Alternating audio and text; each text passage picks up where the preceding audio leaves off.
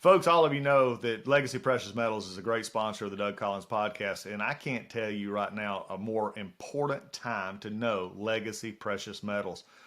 They're right now, your investment portfolio, if you look at the stock market right now, you look at the inflation that's going on, you look at the uncertainty out there, I'm going to tell you, the investments that you're making need to have gold and silver to be a part of it. You need the precious metals.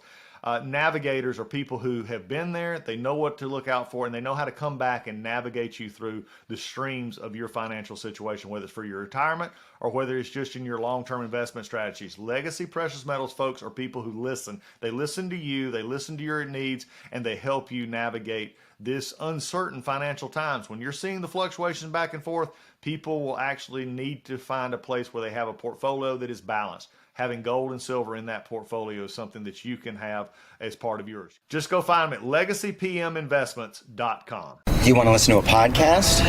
By who? Georgia GOP Congressman Doug Collins. How is it? The greatest thing I have ever heard in my whole life. I could not believe my ears. In this house, wherever the rules are disregarded, chaos and mob rule. It has been said today, where is bravery? I'll tell you where bravery is found and courage is found. It's found in this minority who has lived through the last year of nothing but rules being broken, people being put down, questions not being answered, and this majority say, be damned with anything else. We're going to impeach and do whatever we want to do. Why? Because we won an election. I guarantee you, one day you'll be back in the minority and it ain't gonna be that fun. All right, hey everybody, it's Doug Collins. We're back today with a very special guest, good friend of mine, Chris Stewart from Utah, 2nd Congressional District. Not only does he serve on the Appropriations Committee, but he also serves on the Select Committee on Intel. And I got to know Chris in Congress. This is one of the more thoughtful leaders that you're going to find on the Hill. But we also share something else. We're also Air Force guys, and he has an amazing background. We're going to start off with his background, and then we're going to jump into some of the Ukraine issues and stuff of the day. But Chris, welcome to the Doug Collins podcast. Hey, Doug, great to be with you. Thanks for the invitation. Man, we miss you. All of us miss working with you, but thanks for the great things you've been doing since. And again, it's great to be with you.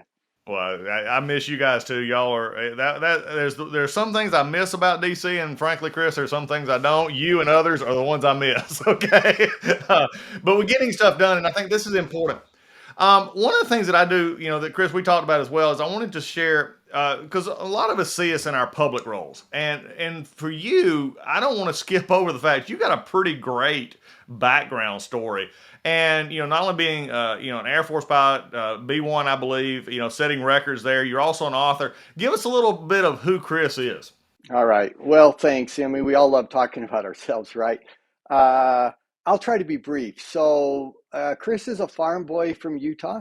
I wear my father's Air Force wings, as you may see here. He was a pilot in World War II.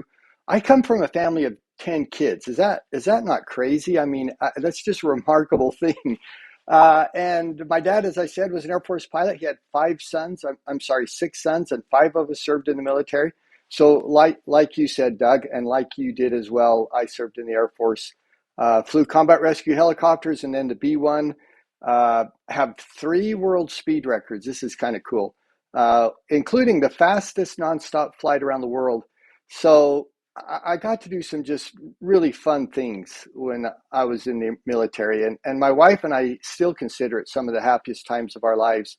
And kind of like, as we began, you miss the people. It's those friendships that you make. That's certainly true of our Air Force experience. And both of us feel like it was an honor to serve.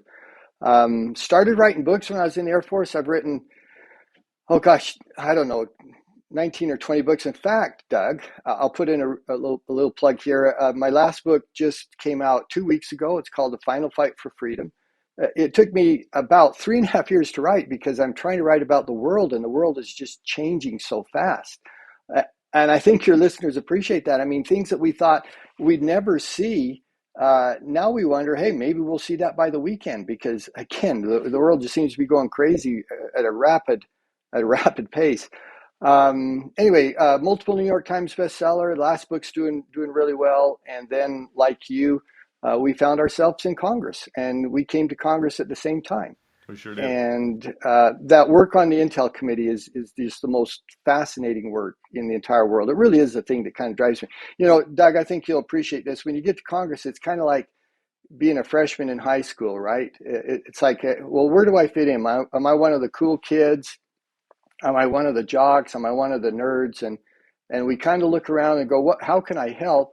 And the tremendous job that you did on oversight and holding the administration accountable and holding government overreach accountable. And I looked at it and thought I can probably best help in national security. And so that's where I spent a lot of my time on, again, the Intel Committee, and also work through appropriations, doing much the same thing. So there's a little bit about my background. I'll say the most important thing for last. I'm a father. I have 6 kids myself. They're all smarter than I am. And my wife and I feel like, the most important thing we'll ever do is with our kids. So it's an honor to serve in Congress now, especially just a crazy time. And glad we get to talk about some of those things today. Well, it is pretty wild. I mean, I agree with you. The kids, it's good that we have kids that have a great mom and they grow up and they're smarter than their dad, especially. And from my perspective, I attest to that. I want to, but before we dig into some of the things, I love how your humility is amazing. Just, oh, well, I had 3 world records, speed records, and run around the world. All right, real quick. Number one, where did you fly the combat helicopters? Where did you fly the Greens at? Well, kind of all over. Started out at Langley. It was up in Washington for a little bit, down in Florida. So, here and there. Okay. My first base in the Air Force was Moody. Oh, yeah. So, the combat rescue wing down there, and then served when I was in Iraq, served with the guys out there. And so we had some of our guys from Nellis and then some from others. So I'm very familiar with the combat rescue side. The pararescue side is real close to my heart, and those helicopter drivers are really amazing. Tell us, though, now you did it in the B-1, correct? The world, the speed record. Around the world, how long did it take you? How many times did you refuel? And what was that like? Well, okay, thanks for giving us a chance to talk about that. I'd a lot rather talk about that than politics, right? Flying, because that was cool. And by the way, I got to give a shout out to those combat rescue guys in special forces. I volunteered to go do that because I thought that's just such a great mission. And they're some of the best pilots, and they have some of the most, demanding missions. They're out there almost every day in one fashion or another doing really remarkable things. So the PJs and the special forces, again, that you know and are familiar with, they're just American heroes. Okay, so to the world record, remember, Doug, when this was like early 2000s, 2010-ish, after the first Gulf War, we realized we were never going to be able to put B-1s, a strategic asset, in the region. And so we were practicing these bombing missions, flying from, the United States over to the Middle East, doing a practice bomb run, and then coming back home. And these were like, 17, 20-hour missions. And it takes a lot of work to prepare for those and planning. And as we were planning for one of them, I said to the guys, hey, we're going about a third of the way around the world. What if we just kept going? And that was kind of the genesis of it. And we thought, let's do that. Let's fly around the world. Let's show the combat capability of the B-1. Let's show how quickly we could respond anywhere in the world. And as we started, moving forward on that, and as we started to prepare it, I wondered, hey, I wonder what the record is for flying around the world. And we looked it up and we realized, holy cow, we're going to destroy that record. We won't even have to try. So it wasn't just to go set the record. It was a global power demonstration mission. It was to show, again, the capabilities of the B-1. We carried bombs with us and dropped them on 4 different ranges around the world. And by the way, the speed we did it was 36 hours, just over 36 hours. So 36 hours, 13 minutes. Every bomb hit the target plus or minus 1 second, which I think is really cool. That you could fly a 36-hour mission and still hit your targets, again, plus or minus 1 second. 6 air refuelings. We got in trouble a couple times, hit a typhoon down in the Philippines and almost ran out of gas, and couldn't get DIPL clearance to fly over Egypt, and a couple things like that. It kept it interesting, but it was a lot of fun. So, Doug, thanks for asking me about that. It's obviously fun for me to talk about. No, is it cool for people to hear? Because again, we're going to get in just a moment. We're going to get into the real war and the things that are attributable to that. But to see our military capabilities and the way that you portray that is, oh well, almost ran into a typhoon, almost ran out of gas. This goes on every day, Chris, and you know this as well as I do.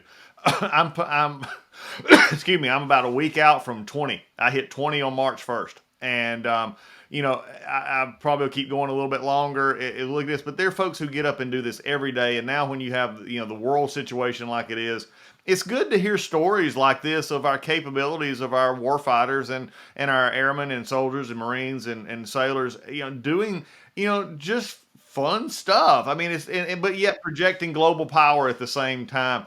How close, when you planned a mission like this, just real quickly, did people look at you and say, like, why are you doing this? Yeah, for sure. For sure. And this was and getting leadership to support it was actually a bit of a challenge as well. And the reason that they finally did was at the time, the B-1 went through a cycle a lot like the F-35 is right now. It was a very, very expensive weapon system, very complicated, especially for its time. And it had some growing pains.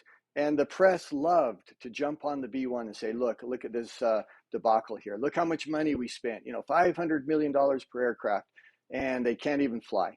Well, of course, that wasn't true, but it is true that like a new weapon system, it takes a while to kind of work out some of the kinks. And we know that every time we build a new airplane, every time we build a new aircraft carrier, whatever it is, it takes a little time to work out some of the kinks in it. And that's kind of the phase we were in at the time. So the reason we were able to convince, leadership to do it, and they supported it, was because this was a chance to go say, look what this aircraft can do. And it wasn't just me, by the way. We actually had a 3-ship, and then one of them peeled off. So 2 airplanes flew around the world, and we did it without a hitch. And so it was a good chance for us to say, hey, this is a good aircraft. It's combat capable. It can do things that no other aircraft can do. And I think for those reasons, leadership was willing to, kind of get behind it. Well, and I think that's important as well. And there's a lot of discussion now, and Chris, you're seeing it in Congress. I saw it, beginning in Congress. And this leads us into our next discussion. And I know there's a lot of things. I'm gonna have you back on. We're gonna discuss military. We're gonna discuss your books. I want to get into your books. I've written one book. I thought it was going to be the life of me. I want to write more because I enjoyed it. I gotta come back and learn from the master here on this as we go. Well, I'll try and find a master to introduce you to then, okay? Yeah. Go, anybody listen to this podcast, go look at Chris Stewart's books. You will not be disappointed in that. But taking off, and I wanted to do the around the world on purpose, because what it showed, again, and I love the way you described it, was a global force. What is our forward footprint? What is our tip of the spear? What are our capabilities? Those kind of things could never be more important than really today. We're sitting here on February 23rd. We're talking about this. Ukraine, Russia is blowing up as we speak in different ways. And you talked about how we position our assets. Now, we're also seeing in Congress right now a discussion that I see growing, and that is, what is exactly America's power? I don't think any of us want to see American ground troops probably in the Ukraine. It's just a problematic situation that has no end. But this is becoming more of a problem. Do you sense in Congress right now a misunderstanding or not maybe a misunderstanding, but a beginning to be a different of opinion on how we use our military force, and maybe from an isolationist standpoint? Yeah, I do. And honestly, kind of agree with part of the argument, in the sense that we, and you again will appreciate this, is because your time in Iraq. I mean, look, we took on something there that we just didn't understand at the time. And we thought we're going to bring democracy, and we're going to bring a republic to Afghanistan or to Iraq, much like the United States. And it just turned out it was a bridge too far. It was just the people and the agencies and the infrastructure there. Everything there just wasn't quite ready to support that type of government. And it's not upon us to compel that type of government. So I understand the limitations. And, I think you and I are more sensitive even than many people are, because we see the sacrifice and we see the cost. And we realize, we can't be the world's policeman, to use a phrase that, has been around for a long time. But having said that, the truth is that the world relies on us. I mean, we are the glue that holds the world together. And if we stumble, or if we're not willing to play that role, the world crumbles underneath us. And I'm just convinced of that. And so the problem we have, or the challenge we have, is using judgment and discretion on when do we use this global power? when do we use the military, and what will the American people support? And I completely agree with you. I would never advocate for sending U.S. forces to engage Russians in Ukraine. I mean, talk about a potential catastrophe. That would be a tinderbox just covered with gasoline. And it has to be really upon our NATO allies and European allies, and to some degree upon the Ukrainian people to determine what happens here. But on the other hand, Doug, we can't just turn away and say, well, shrug our shoulders and say, well, that's it's not our problem, because the world looks to us for leadership. And I'm deeply concerned about this president's ability to project that kind of leadership. And I mean, we can directly attribute what is happening in Ukraine. And by the way, is attribute a word? Did I use that correctly? I don't I think think we so. attributed it to that anyway. Thank you. Yeah, I'm a highly trained author, right? Can't use big words. Yeah.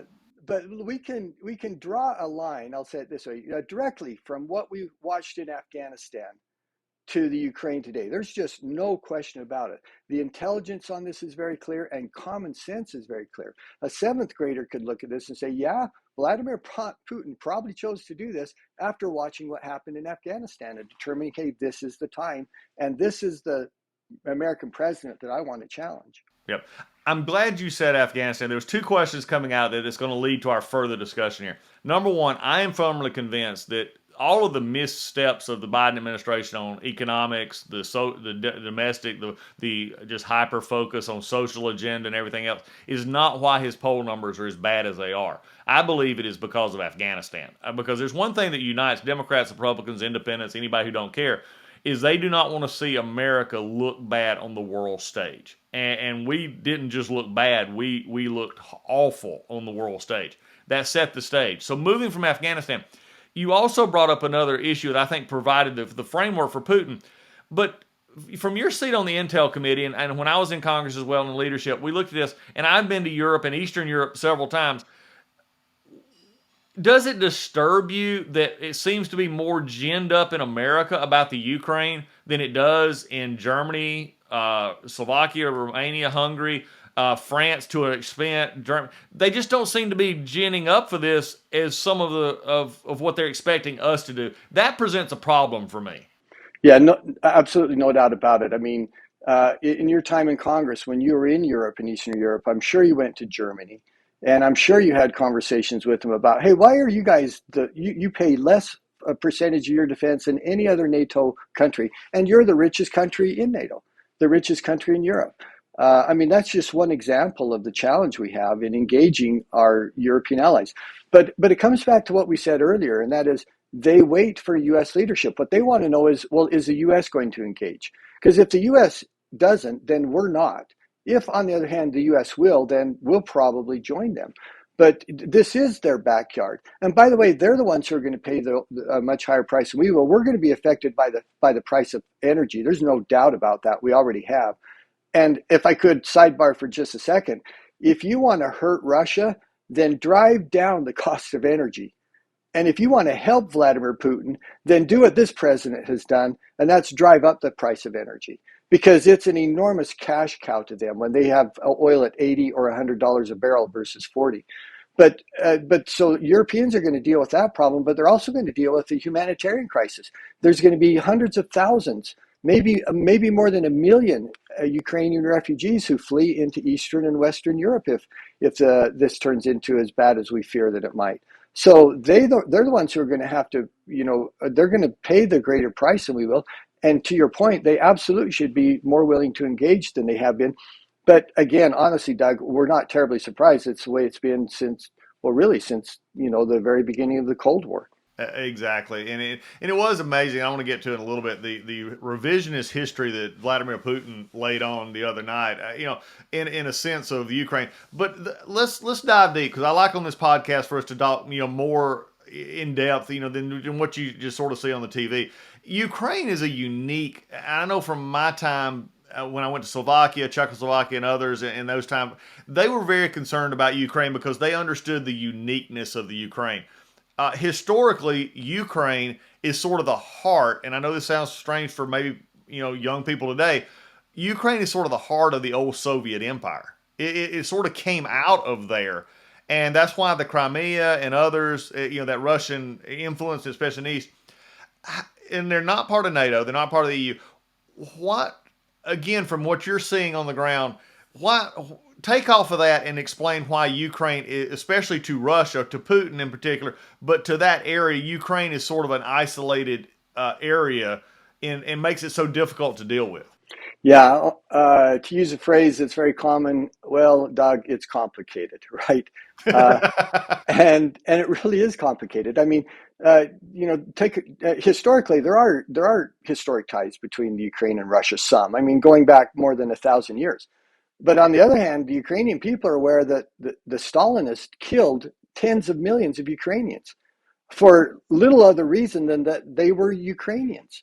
I mean, they were to say oppressed is an enormous understatement. So the Ukrainian people remember that. Ukraine was the breadbasket to the former Soviet Union in many ways. I mean, the Ukrainian people are the ones who kept the rest of Russia from starving to death more than once. They were also, for example, very strategic and very important for, say, for example, missile fields. Intercontinental missile fields and other very important strategic military assets. So it really is complicated. One other thing I would add to that, and I could add more, but I think we can illustrate it with what we said. But the eastern regions of Ukraine, there really are a number of ethnic Russians. They speak Russian, but they're still in the minority. And what's really clear is the rest of the Ukraine does not want to be part of Russia. They do not want to be folded in under Vladimir Putin's dictatorship. They know how that will end for them. They've been yearning to be more closely associated with the West since the fall of the Iron Curtain. Now, we were not going to invite them to NATO. They're a generation away from being qualified to join NATO, if ever. But they clearly want to have closer ties with the West, and that's what Vladimir Putin is so angry about. And to your point about the speech that he gave, you got to give him credit in his speechwriters. It was brilliantly conceived to be able to, create out of thin air this justification for, this is why we're going to take the Ukraine. And it took a complicated history and kind of filtered it down to one or two simple things that sounded good in a speech, but it's based on things that just simply aren't true, and B, even if it was true, they're a free and independent nation.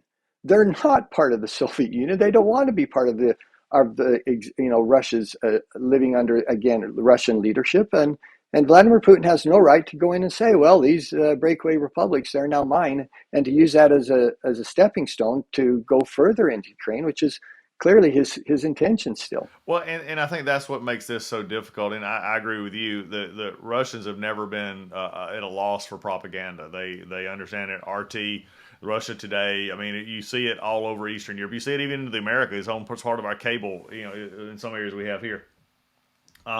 The issues that though come out of this, and this is where I think we get the disturbing part, because if you take and look around them, Chris, and I don't think people are discussing this. Even if you wanted to isolate Ukraine, if we could figure out a way, and as you said, they wasn't coming into the NATO. If we could figure out a way to say, okay, Putin, look, for the next 50 years, this is off the table. Ukraine's not coming in, but they're also, they're also going to be sort of protected on both sides. They're going to be sort of the not necessarily a Switzerland, but I get your complaint, Russia. You don't want NATO this close to your border.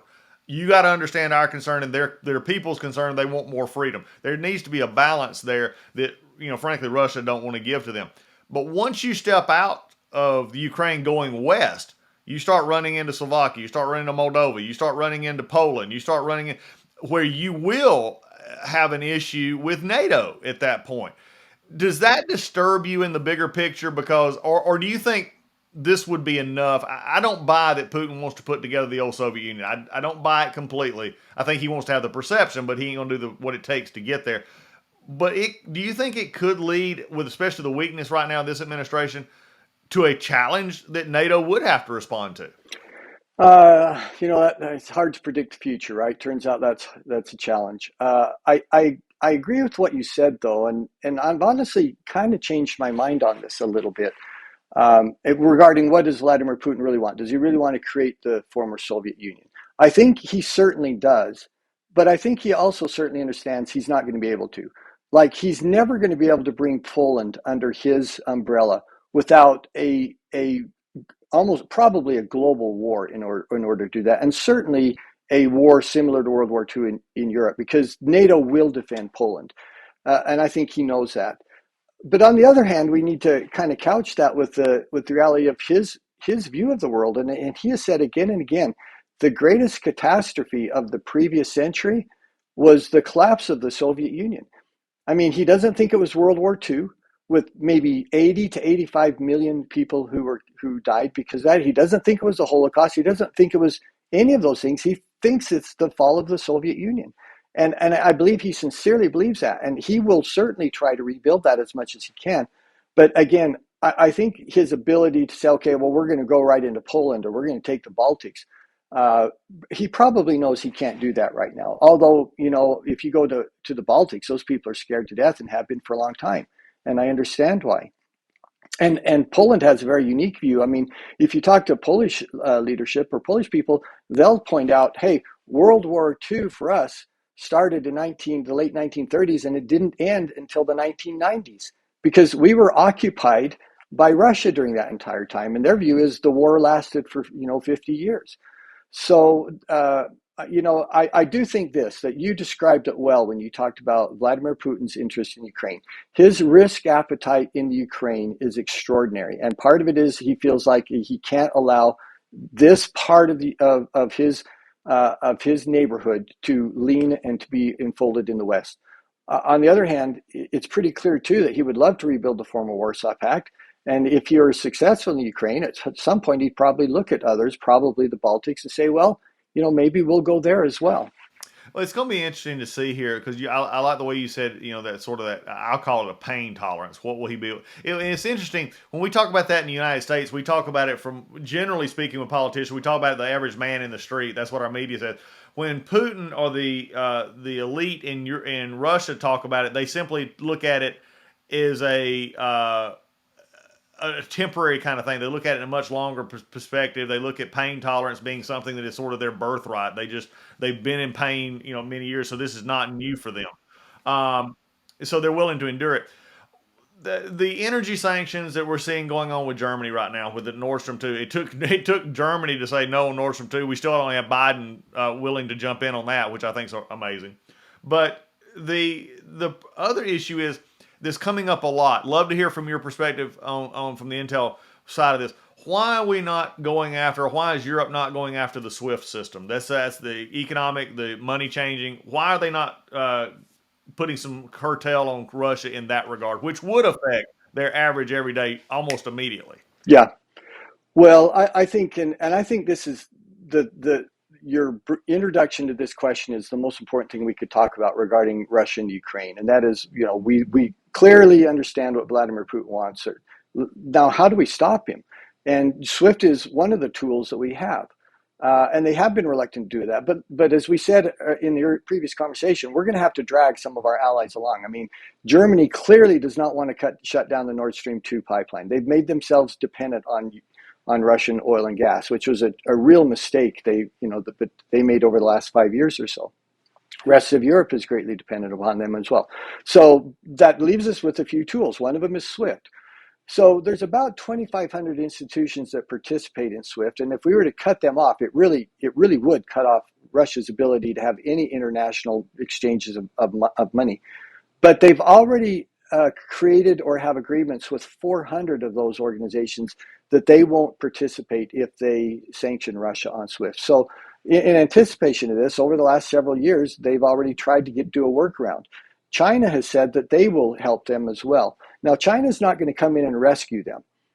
And China's not going to be able to take away all of their pain, but they're going to be able to buffer some of it, primarily and most importantly, in that they'll say, well, we'll buy all of the oil and gas that you're not able to sell to the West.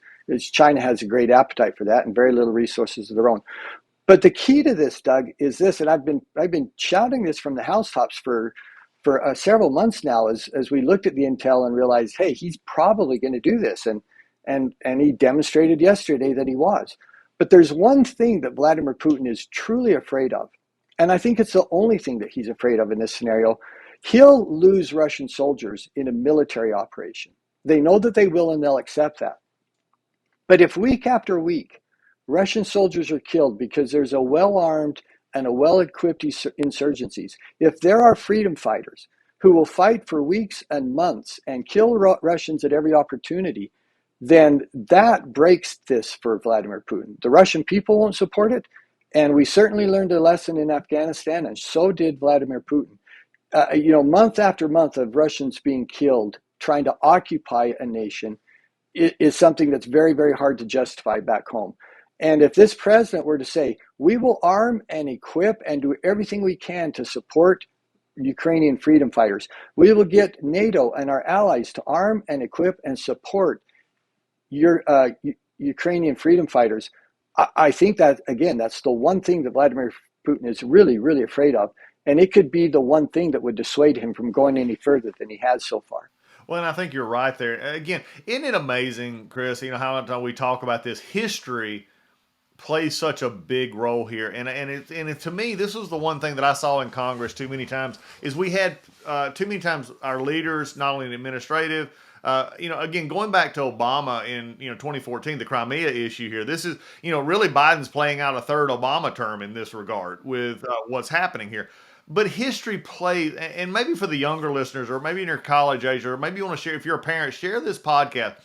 Reading and learning history matters, because Afghanistan, I'm glad you brought that back up.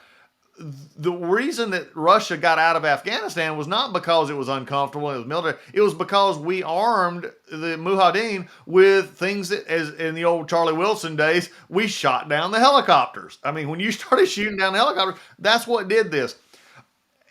This was the big difference. You and I lived through what I call the catastrophe of the 116th Congress. It was just a disaster with having to deal with impeachment. It was just, that's all I dealt with, and all the Ukraine, all the Russia, and they were trying to try President Trump. The interesting thing is Obama and Biden have done things completely, in many ways, well, Biden's trying now, but at least Donald Trump gave them weapons to say, look, you come this way, we're going to shoot you. We're at least going to be more than a speed bump on your way to Kiev. So how much is the appetite, not for our troops, but for the equipment to do that in Congress right now? I guess we'll see. I mean, Nancy Pelosi, as you know, she rules that thing with an iron fist. And we could propose any piece of legislation, and it could be nonpartisan. It could be clearly to the benefit of the American people, and Nancy Pelosi could choose to kill it in a heartbeat, and there's nothing we can do about that. So it won't be up to the Republicans in Congress to decide this. It will be up to Nancy Pelosi, by and large, who I think she controls his presidencies in ways that would frighten many of us if we actually understood it. And she's been reluctant to engage on many of these issues. She may be compelled to on this one. I mean, the public pressure may just force her to do things that she, by herself, because she's as progressive as any person in Congress. But I really think Nancy Pelosi is a brilliant politician, but she's also as progressive as AOC. I mean, in her heart, she and Ocasio-Cortez believe almost exactly the same thing. But you remember, being in a minority in Congress, as Republicans are, there's very little we can do to push her, which is why it's so important that we take back the Congress in 2022. It's so important that we take back the Senate. We're not going to be able to push forward many Republican items, but we're going to be able to stop some of the absolute just nonsense that we've seen. Some of the worst ideas that have been presented in government in American history, and we can stop some of that. But I mean, honestly, Doug, I guess we'll see how much support there is for Congress in doing something like that. Of course, it would make a difference. Of course, we could afford to do it. Give them the equivalent of the Hellfire missiles in Afghanistan. The equivalent now is the Javelin missiles that will take out their armored personnel carriers and their armor, their tanks. I mean, they're so simple, a seventh grader could learn to fire them. And we'll see if Nancy Pelosi and Democrats would support that kind of effort. Well, it's going to be. You brought up an interesting point here, and I think maybe from the author side of you and from just the study side that both of us have a little bit of history. You made a mention of Pelosi being as progressive as AOC. I don't necessarily disagree with you. There's one big difference in the two. Nancy Pelosi knows how to get things done. AOC does not. She is a YouTube star, and and Twitter star. Nancy Pelosi actually knows how. I mean, here's the thing I've said about this, and I'll say it now as you turn a little bit to politics. We as Republicans, or conservatives in particular, have to be willing to do, and this is the only area I'll say this in for the most part, do what Democrats are willing to do. Nancy Pelosi twice now has been willing to give up position and power for policy. She did it in 2010 when she was first speaker for Obamacare, Dodd-Frank, those kind of things, which, by the way, are still in existence. She spent 8 years in exile. She's now came back out to the speakership, and she's pushing through, the stuff that we've seen, the stimulus package, the infrastructure bill, and then almost got a Build Back Better package that would have been disastrous. I'm wondering in this, though, is she going to take that? I think you've hit it, though. Is she going to take this initiative to push this administration because she sees a possible way to get over what I know she sees as Afghanistan being a complete debacle, that this could be Biden's chance to get back? Is she willing to help him there? Well, again, I wish I knew, but we'll see. But I think, Doug, you bring up such a good point, and this is just so important. The Democratic leadership, and I said Nancy Pelosi is progressive, but I also said she's a brilliant politician, and she does exactly what you described. Hey, we're going to take a bullet here. We're going to take a loss. But that's okay, because we'll come back into power. And when we do, we'll pick up the baton and we'll keep going from where we left off. And they're willing, and by the way, so are their members apparently, are willing to take votes where they'll think, I'll probably going to lose my reelection, but I'm going to do it for the team. And we're going to get these policies in place because people can come and go and the leadership can come and go, but the policies, once they're there forever. And then, as you said, they just take it and they keep going. And you got to give them credit. It's been effective for them. It has worked for them, and that's where we are, seeing even right now. Well, we're finishing up here on this thing, but I think it's a great place for us to finish. I mean, the Ukraine is at a terrible time right now. I mean, they need help to fight their own battles. It's one of those things that we found in sometimes in Iraq, we found in Afghanistan. They didn't want to fight their own battles. They wanted us to fight those battles for them. Ukrainian people, especially in the western part of Ukraine, are willing to fight these battles. They just need the equipment to do it. But that last point, so my hope is, and when we talk about politics, we'll end sort of here, is that conservatives, Republicans, you take back the House in the fall, you take back the Senate, hopefully. You'll still have the third Obama presidency. You'll have Biden in the presidency. And so you're not going to be able to go promise the world. It's just not going to happen. But what you can do is shut stuff down. But when you can take it back over, I think we've got to be willing to do more than just block Biden. We've got to actually be able to put forward an agenda that says, look, these votes may be tough, but we're willing to do it if we can get it into law because we know it will outlast us. That's the big difference I've seen in the last 10 to 12 years among Republicans and Democrats. We tend to like to hold on to position and power, and the policy we'll try to get there. Democrats do it completely different. Yeah, I agree. And there's one other things I would add to it. And Doug, this is the thing that you were, and I'm not just being nice. I mean, this is just so true. This is the thing that you were so good at. The thing that you were brilliant at, which is why you were given a leadership position, although you hadn't been in Congress that long, but providing that oversight, exercising that power that Congress has to hold people accountable. And that's one of the things that we're going to be up to our necks in that a year from now, because we are going to look at these things that the Democrats haven't been willing to look at. And the list is very, very long of things we're going to investigate under this administration and some of the things that they've done. Well, it is. Well, Chris Stewart's with us, Utah 2nd District, a great friend, one of the people that you want to see in Congress. This is the kind of man you want to see in Congress. He's a Air Force veteran. He's a pilot. He's a best-selling author. He's a intelligence committee, approach committee. He gets it. He gets the history. He gets behind what is there. Family man. Dear friend of mine, and I appreciate him a great deal. We're going to have Chris back on the podcast later because I want to dig into some more of the intel issues, some of this oversight issues, and some of the things that we see in our military, which we've been talking about here on the podcast. But for now, Chris, we're going to let you go. You get out. We'll talk some more later. Thank you for being a part of the Doug Collins podcast today. Hey, it's been an honor. Please have me back. I'd love to come back and talk about some other things, and it's a great way to start the day. So thank you, sir. I don't know about you folks, but there are times that I just, I've got so many things on my mind. It's just hard to sleep at night. I mean, I just ready to get up and go, and just settling down is something that affects over 70% of Americans. They have trouble sleeping.